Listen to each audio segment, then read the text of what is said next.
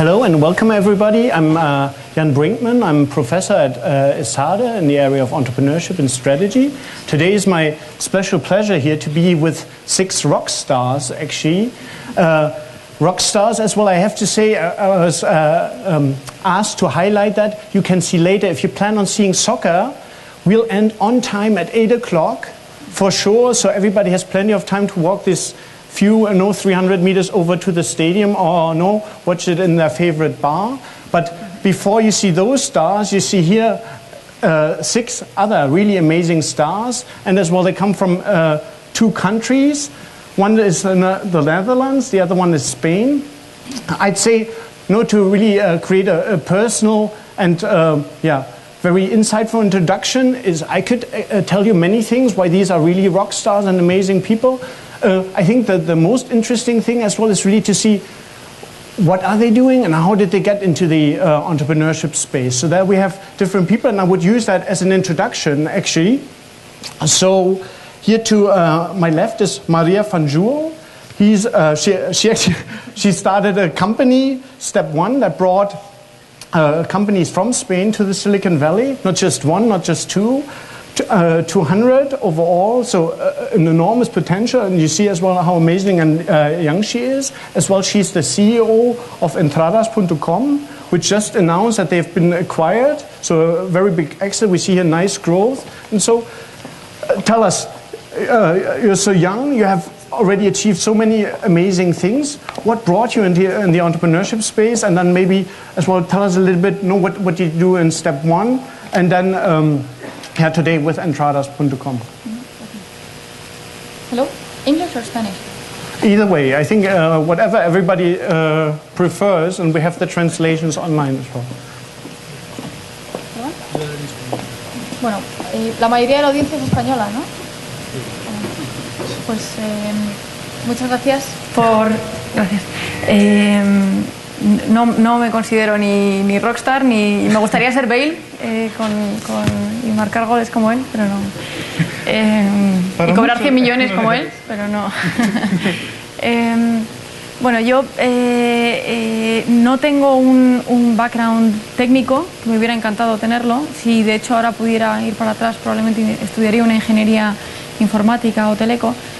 Yo tengo un background financiero y estudié en una universidad en España y empecé trabajando en banca de inversión en el año 2009, cuando pues un poco la economía todavía era boyante en ese momento, y el camino que había que seguir era ir a gran consultoría, a gran banca de inversión, si estudiabas en una universidad como la mía, que fue ICADE, ¿no? Pero después de unos años me di cuenta, vi algo interesante en el sector Internet y decidí fundar junto con un profesor mío de la universidad Step 1, ayudando a empresas españolas a ir a Estados Unidos, y ahí fue donde empecé a ver pues que hay formas distintas de hacer las cosas, ¿no? Y yo creo que es lo que es la gran es lo bonito de Internet y la gran oportunidad que hay, ¿no? Que gente joven que tiene un background distinto, o que quizás no tiene un número de años de experiencia necesarios como puede ser en una industria más tradicional, de repente pueden crear una compañía que sea completamente revolucionaria y que sea disruptiva en cuanto al modelo de negocio que ofrece, ¿no? And it's, as well for many, this is a big change. So you had a wonderful job, to say goodbye to that and say, hey, I'm starting this initiative of bringing companies to the US. What was the driver for such a big decision then? Bueno, realmente no hubo un pensamiento muy sesudo detrás de eso, ¿no? Simplemente vi una oportunidad y me pareció que, afortunadamente esto cada vez pasa más, ¿no? Que las alternativas empresariales o los proyectos personales cada vez tienen más peso en cuanto a la matriz o a las opciones profesionales que puede tener un joven, y eso es una grandísima noticia. La crisis ha tenido muchos aspectos negativos, pero uno de los grandes positivos es que en España, que siempre se ha emprendido por necesidad, ahora de nuevo se emprende por necesidad, pero tenemos que aprovecharnos de eso y crear una industria innovadora que sea capaz de ser sostenible en el largo plazo a partir de esta carencia, ¿no? How did you get started? Very briefly then with that, bringing ventures to the US? Bueno, creamos una compañía de nuevo a partir de una necesidad personal. Cuando mi socio se fue a Estados Unidos y lo pasó muy mal creando compañía, o sea, estableciéndose allí, dijimos, bueno, pues hay una oportunidad para ayudar a más gente a establecerse allí y además en España tenemos grandes cosas, los emprendedores españoles que pueden añadir mucho valor tanto en Estados Unidos como en nuestro país, ¿no?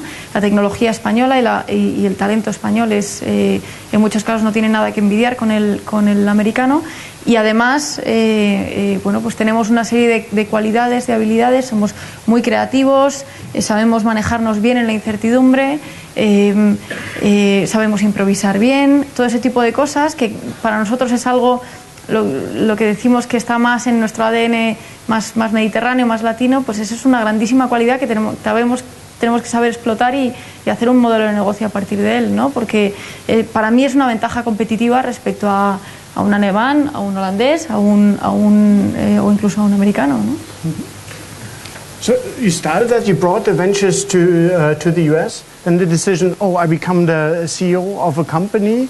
No, Entradas, which already was had nice revenues, and so I assume as well really a growth challenge there to take that to the next level, and eventually to be acquired.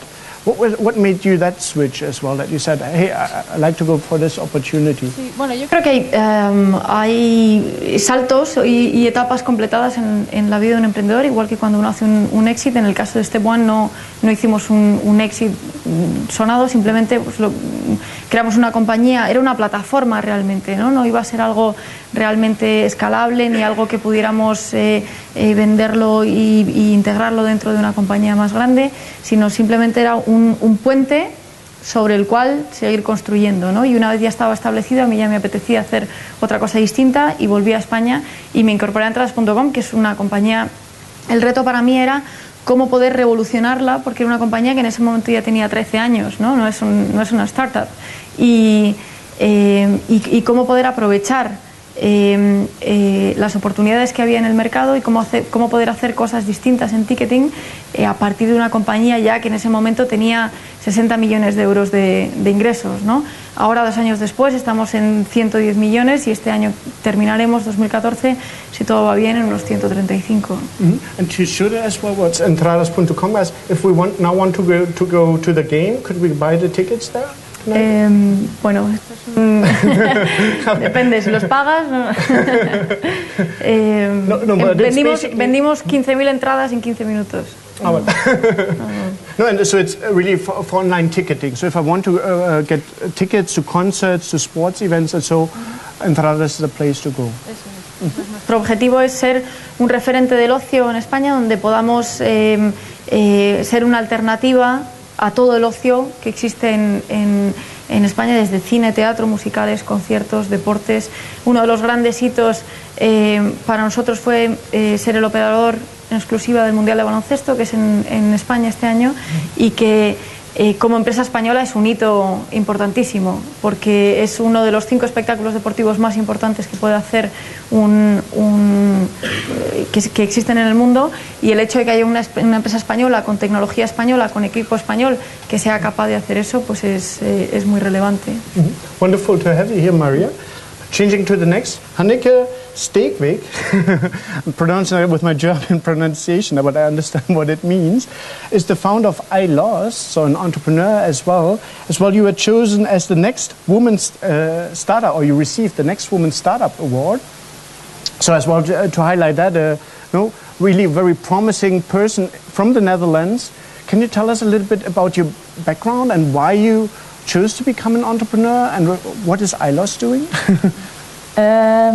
So I have a background in logistics. I've always worked in that environment as a specialist in logistics, and I used to work in Paris for a couple of years, and during that time I had to travel a lot, and once I lost my camera.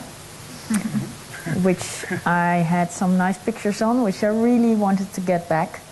And And by then I just had to make phone calls at some places or trace my steps, fill out forms, and at another place I had to go there to check if it was found. So I figured, what a hassle. And I continued my job for many years until every time I thought, why is this such a complicated process? And since I have a logistics background, I always look at processes and ways to make things better for customers and more efficient for a company. And once the moment I lost my camera, I never realized that I was on something which is a logistic solution for a problem that everyone has every now and then. We all lose stuff. Either it might be keys or a camera or a phone. And only 7% ever gets back, while 80% is found. And I lost is filling the gap because it's a matter of providing information. We just don't know who found my camera. I never got it back, by the way. But someday, maybe. Keep on hoping. Let's camera today and see if you Madrid. find it. Yeah. That would be very nice. That would be a next milestone. So this idea continued to be in my head, and at one point I figured, if no one else does it, why not me? So I will regret it if I won't. So I started really this adventure. Which is continuing to be an adventure since the last 2 years. And we have a platform where it's very easy for, we started with companies because hotels, events, stadiums, locations like this, they host many visitors or customers who lose their stuff, and for them it's as much as a hassle as it is for the person who loses something, because they get disrupted during busy moments and it's never their core business. So we figured if we make it really easy for the finder, then we get more stuff back. So all these companies, they can just take a picture, the smartphone knows where and when it is, and the person who's lost it will check their contact the details on the website, and there they see a hyperlink to I Lost, and they can check for themselves and just say, hey, this is mine. After a verification of ownership, you can have it delivered back to your home the next day. Mm-hmm. So it's a great service for the company. It's great for the owner, and it's a niche market in logistics, basically. What was the triggering element? No, because then working in a logistics company as well with a nice pay, so to say, no, I have to start it today. No, and not in half a year. 9 months. Maybe it's not like many sit here maybe thinking about ideas. Yeah. Later or so. Well, every idea starts with just a very, very small step. I'm really convinced of that. Don't make it bigger than it is. Just talk to people and figure out why is it not happening, what are the hiccups. And I got so many confirmations from people who said, yeah, that would be great, I would love that. And not just from the people who lose stuff, but also from all these companies who say we have such a hassle. Some they spend like 20% of their time of guest service is by taking all these phone calls. Have you found it? No. Shall I call back the next day? Maybe the cleaner has come. So I got so many confirmations that I figured, wow, how cool would it be to be able to return stuff which is not just financially lost, but also emotional, or the hassle. Who was your first client? Like how did you start at day one? What was the first thing that occurred? Well, first it's really it's a process. We started with linking consumers to consumers on this website, and in the background we did all these talkings to companies, mm-hmm. and then we figured, okay, that's the path we should go. They find massive amounts of stuff. So now, we have the Ajax Stadium in the Netherlands. So I want contracts from Real Madrid. We have a hotel chain in the Netherlands, and they have all their guests live far away, so they have this delivery service, which is great for them. We have some amusement parks. And here as well, so quite a change.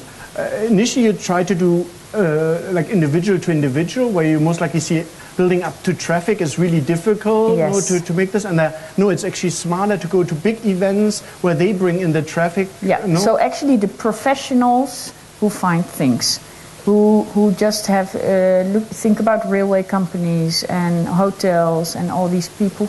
So they are, if you don't have the found database, you cannot return. So we have to start there, and that's where we are.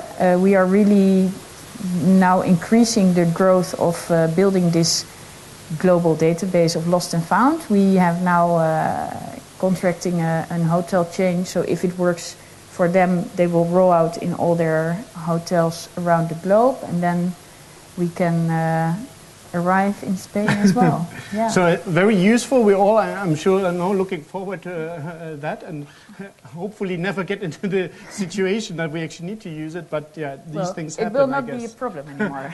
Right. Then it's easy, and we have 80% chances to actually get the things back. So great to have you. Marcos Alves is the co-founder of eltenedor.es. An international venture from the start as well. You had 3 co-founders. Tell us a little bit what brought you into your entrepreneurship space and what is El Tenedor. Pues nosotros arrancamos el proyecto realmente con 3 socios más, 3 socios franceses. Arrancamos este proyecto porque existía una necesidad en el mercado de la restauración. Es un mercado, como todos podéis saber, muy tradicional, con restaurantes que tienen miedo a Internet, miedo a lo que son las nuevas tecnologías, y arrancamos con la ayuda de un gran chef francés que se llama el chef Alain Ducasse, el chef de la Torre Eiffel, y empezamos a desarrollar un software que le pudiera ayudar en su día a día, gestionar las reservas, gestionar el conocimiento de sus clientes, reconocerlos con una base de datos de clientes, poder comunicar con ellos, etcétera. Y así fue el arranque, arrancamos así en Francia. Yo me traje el proyecto a España en 2007. Ahora también estamos en Suiza y en los próximos meses abrimos en Bélgica también, y eso fueron un poco los inicios. Yo tengo un perfil creo también diferente, creo que es algo interesante que contar en un día como hoy. No tengo una carrera como tal, no he estudiado pues ni ADE ni lo típico que suele ser aquí en España, y quiero también lanzar un mensaje en que con ganas y una actitud frente a la vida o a la forma de ser que podamos tener cada uno, se puede sacar adelante un proyecto sin tener unos grandes estudios, que siempre es lo que la gente necesita. Y uno de los puntos también aquí, que creo que es un mensaje que me gustaría pasar, es que debemos, a través de este tipo de eventos y este ecosistema, ayudar a que la gente se arranque proyectos cuando tienen sus ideas, que se lancen, que se atrevan. Tenemos mucho miedo también, por ejemplo, en España a equivocarnos, y suelo contarlo. Mi primera empresa fracasó, no la pudimos llevar a cabo, era también el mundo de la hostelería, pero fue la mejor experiencia que tuve, aprendí muchísimas cosas, y es lo que me ha permitido aprender y estar hoy con el proyecto del Tenedor. How did you meet your co-founders? How did it happen that you came to Paris, no, and got together? Sí, para situar un poco a la gente, yo nací en Barcelona, me fui con apenas 2 meses a París, de una madre extremeña y de un padre portugués, y me crié allí. Y ahí es donde conocí a mis socios. Empecé a trabajar y a estudiar a la vez, con un módulo formativo, por eso hablaba antes de los estudios, y empecé como comercial, después director comercial de esta primera empresa, y los que eran antes mis jefes ahora son mis socios. Y a través de esa primera empresa que intentamos montar aquí en España los conocí, y ahora pues son socios, amigos, y ya estamos con este proyecto, y espero que vengan muchos más proyectos por delante.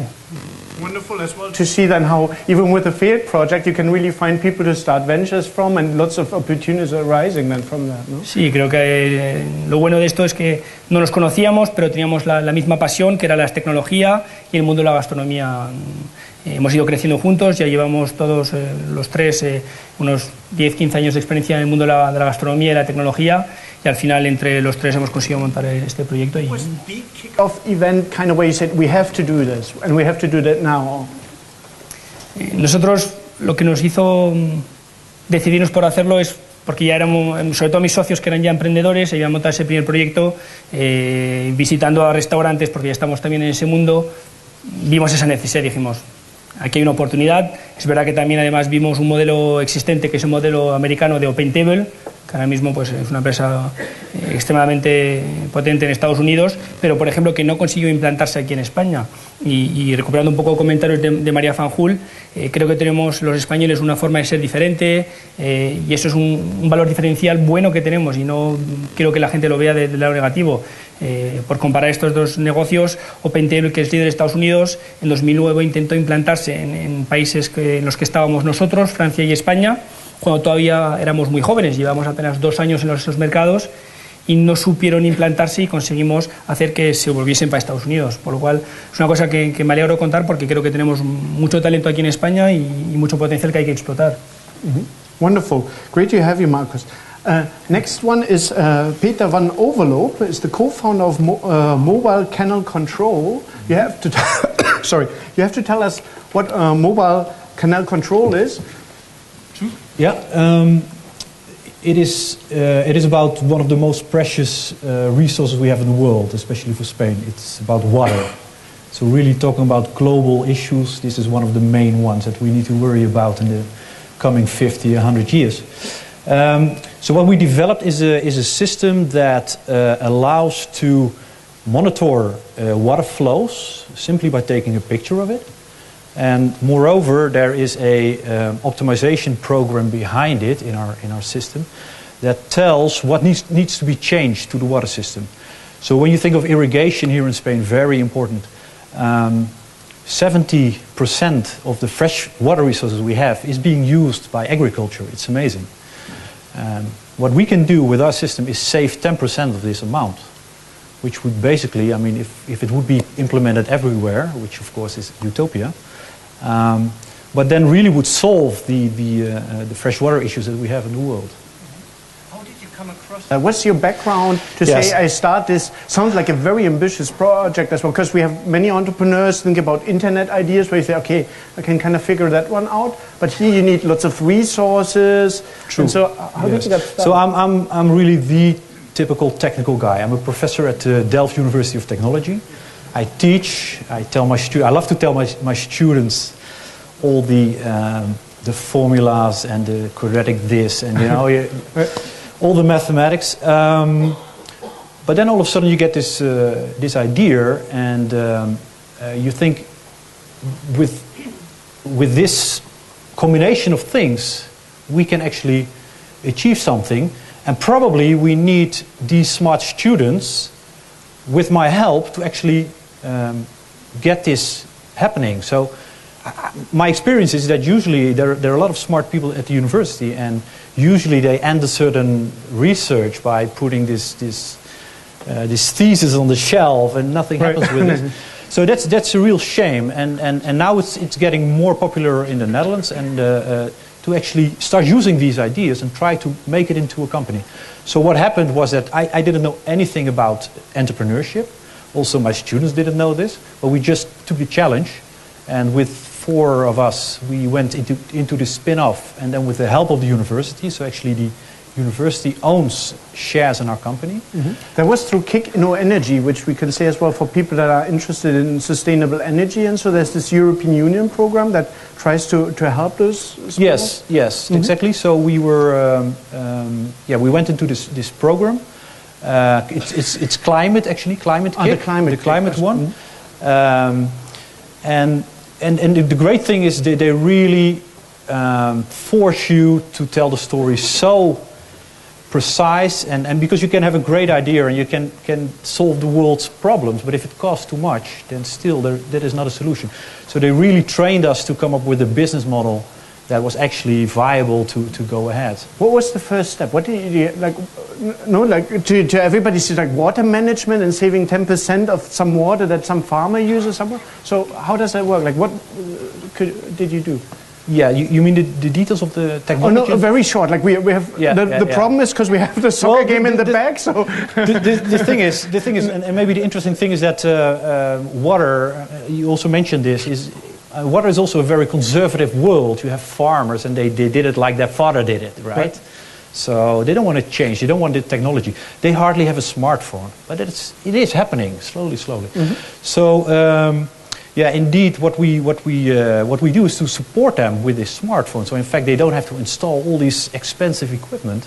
But as soon as they have taken the step and they have to start taking pictures of their grandchildren or their children, if they're able to do this, we are actually able to support them with where exactly to change a certain setting or start a pump, at what moment, using all this information on the internet, because we know what is going to happen with the weather.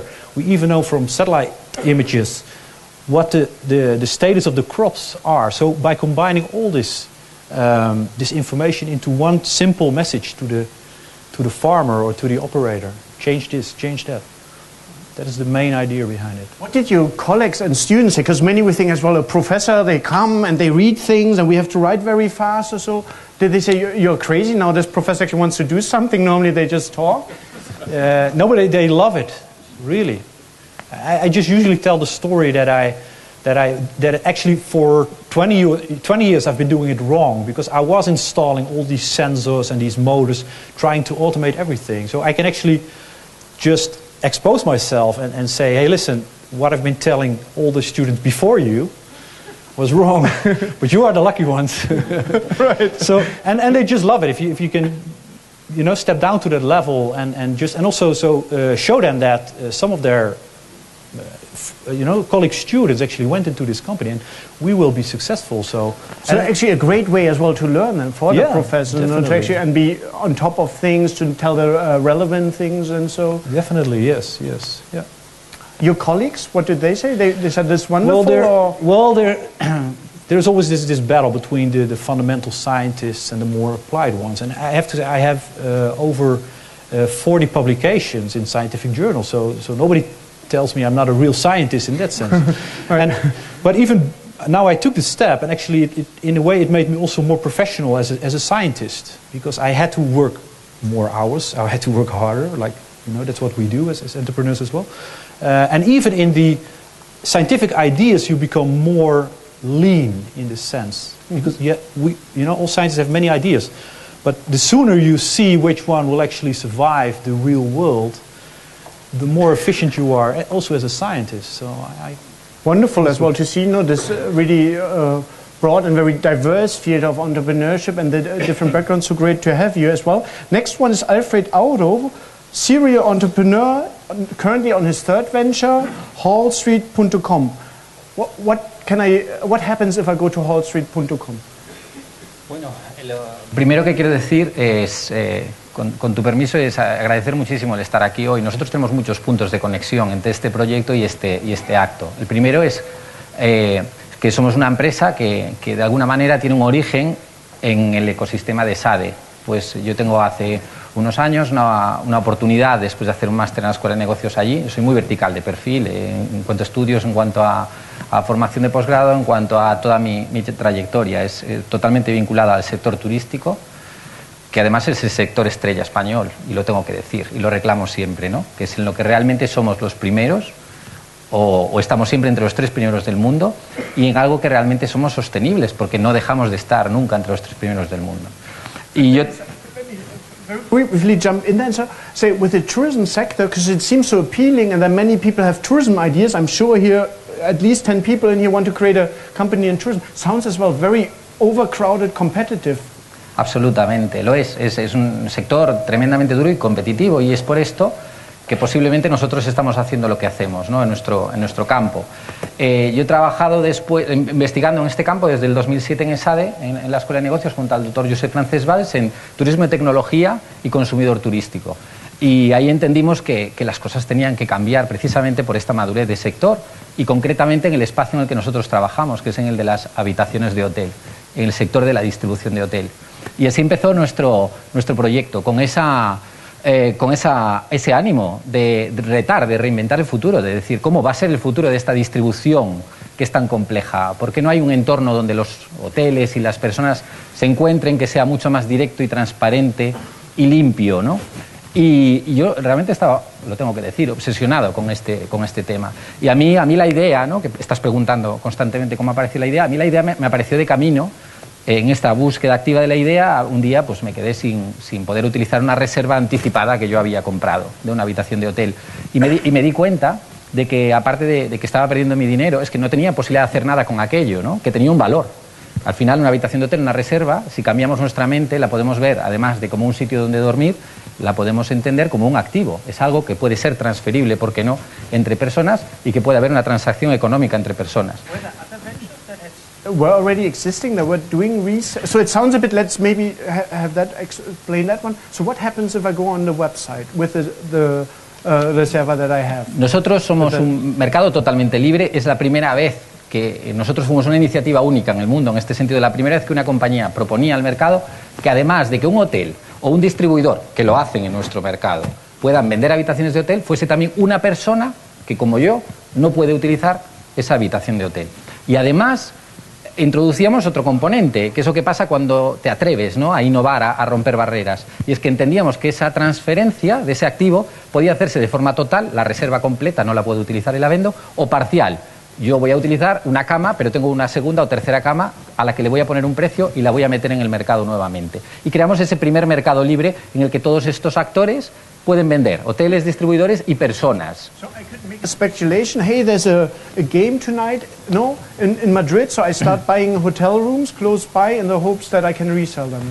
Sí, lo podrías hacer, lo podrías hacer. Los hoteles, además, tienen sus precios de mercado en la plataforma y nosotros claramente señalamos cuando se trata de una transacción entre usuarios, y nuestro enfoque, además, es social y colaborativo. Buscamos que esa transacción, no impedimos que se produzca con un profit, con un beneficio del que la vende, pero sí intentamos que sea beneficiosa para el que la compra. Por eso siempre el precio del hotel está en el mercado, para proteger al comprador, al último usuario de esa habitación.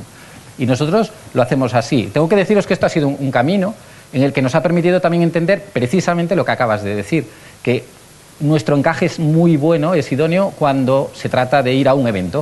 ¿Por qué? Porque aquí la anticipación cuenta, porque aquí el riesgo de comprar antes existe y porque aquí la alta ocupación se da.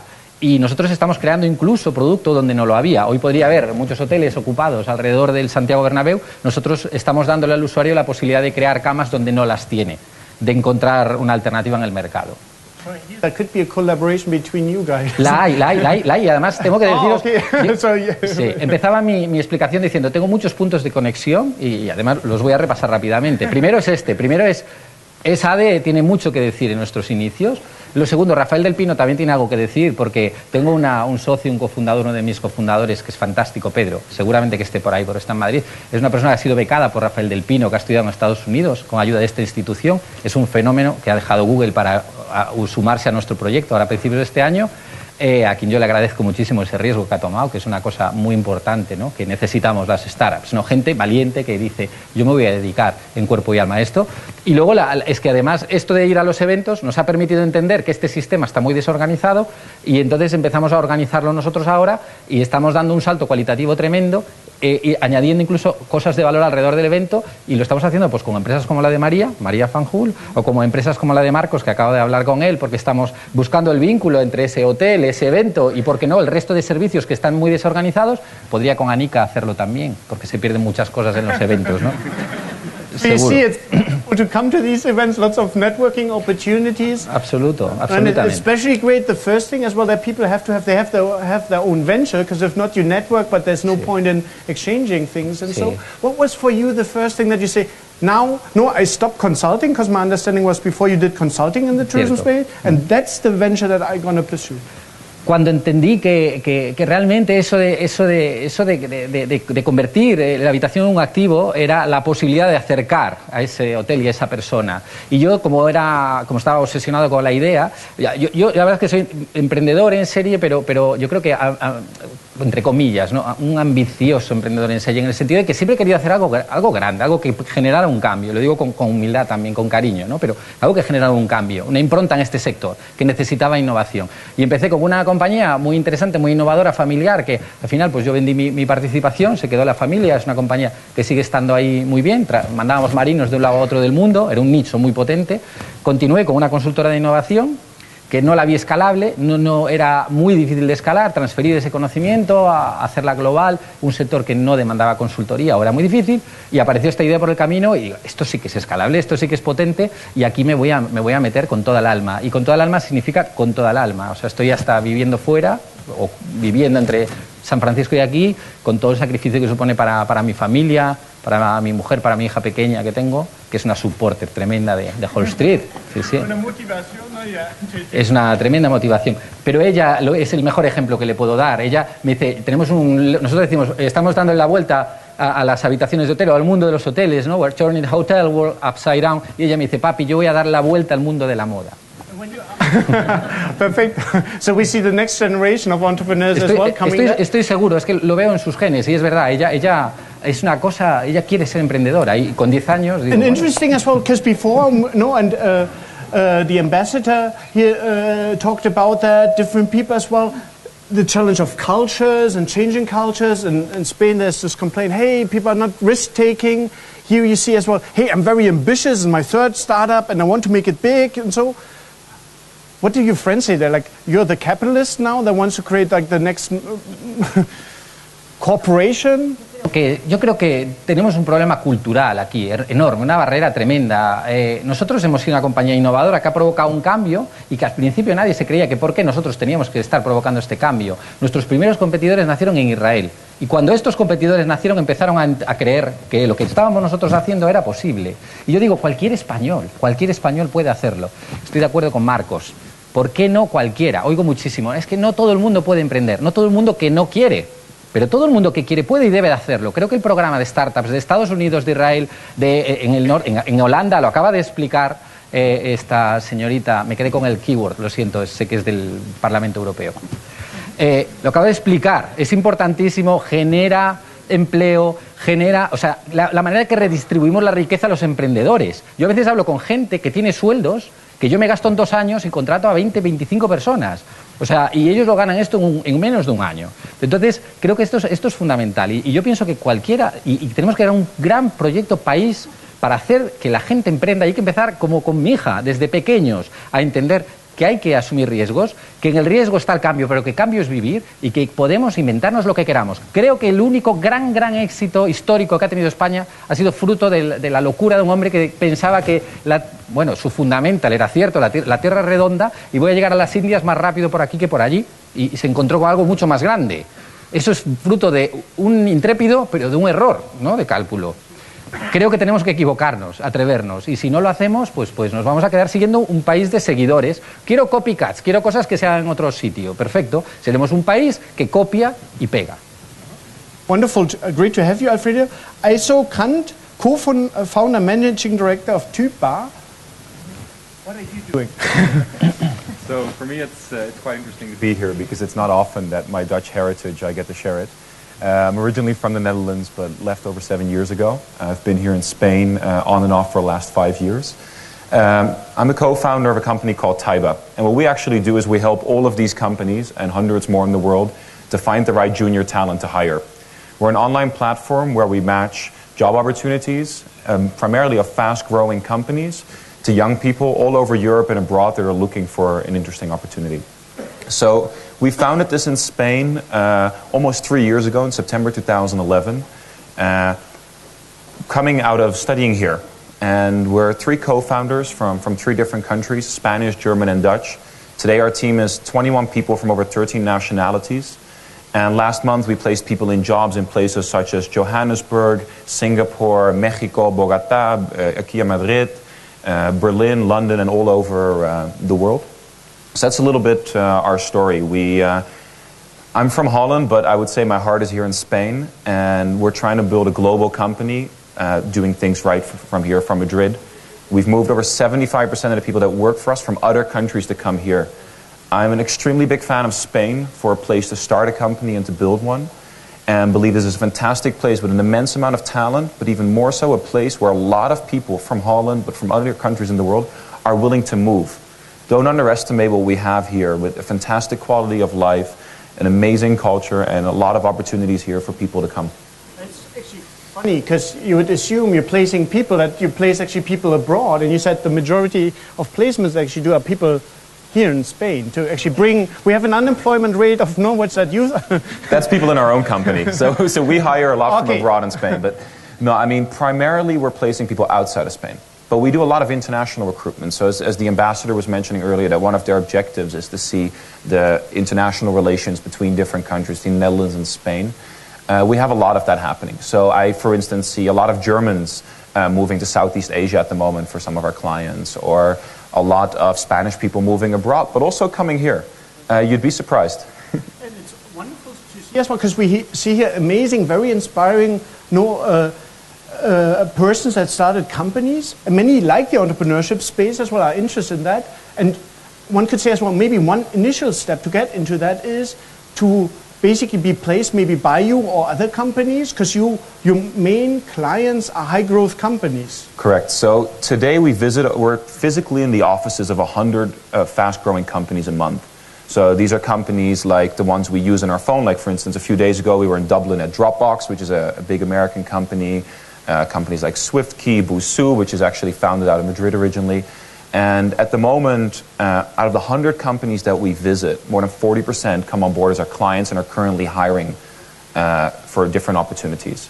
So anyone who is here in Spain who's young, and with young we mean 20 to 29 years old, looking for an opportunity to go work in a fast-growing company, usually VC-backed, primarily in tech, but also in fashion and creative industries, we're the place to go to at the end of the day right now. And we're growing this to 500 company visits a month by the end of the year. Do you see that as well? No, because one discussion could be around what should be changed at the university or the educational system to create more entrepreneurial kind of mindsets and people that actually start things. Do you see that actually as well, that many placements that you do, actually they take that, they learn that. I heard as well before Rocket and other companies, company builders or fast-growing Dropbox and so, where you say they work there for 1, 2, 3 years and then they start their own companies? It's becoming more and more common. Even personally, some of our interns who've worked for us over the last 2, 3 years went on to start companies. We see it a lot with some of the faster growing, especially in the e-commerce space. A lot of people enter into there, they see the opportunities in their home countries or in different niches, and they leave after 2 or 3 years to actually go build their own things. So we see this be very common, and the mentality of young people is changing, also here in Spain. Because people, they see that they have limited opportunities for some of the more traditional places. You study here at ECADE, CUNEF, and as Maria mentioned earlier, it's common to go into investment banking, consulting firms. But people are starting to see that this trend of a startup, it is a little bit overhyped, is actually getting young people to consider as a serious option for a career and to start it. It's kind of like a new... Traditionally, as well, many business students went for McKinsey, and these for some time just to know, okay, then I stay with a corporate. Seems like there's this new trend happening. Hey, I work for a growth company or a company builder, and then I really create my own company. I mean, and the main reason that is one of the things we tell the young people, say, if you're thinking about going into McKinsey or into Goldman Sachs or investment banking, speak to someone who's been there 3 years. And then for any of you who are working there, when you speak to people who've been there for 3 years, they start telling the horror stories. And it's not because it's an amazing learning school, but it is a different mentality that, especially in Europe and the US, is changing. This hard working, as was mentioned in the speech earlier, this 20 hours a day working for someone else in an investment bank, young people today we're getting a little spoiled, to put it this way. And when we work hard, we rather do it for ourselves or something where we have a purpose. Really amazing as well in that way. You see, hey, we're especially focusing on these young people between 20 and 30 and lots of opportunities there. So I think wonderful message as well. I had a ton of questions here. We're basically out of time. I would just throw 2 main ones in and just very briefly, like a second of a reply. Not everybody has to do that because there's 2 questions. So just think about it if you have like really something that you'd like to share about that. One is, if you could give one piece of advice to the policymakers, what would it take to actually create more entrepreneurs, let's say here in Spain or in Holland? Just one piece of advice. Do this, do that, like 1 sentence max. Because we have half a minute for that.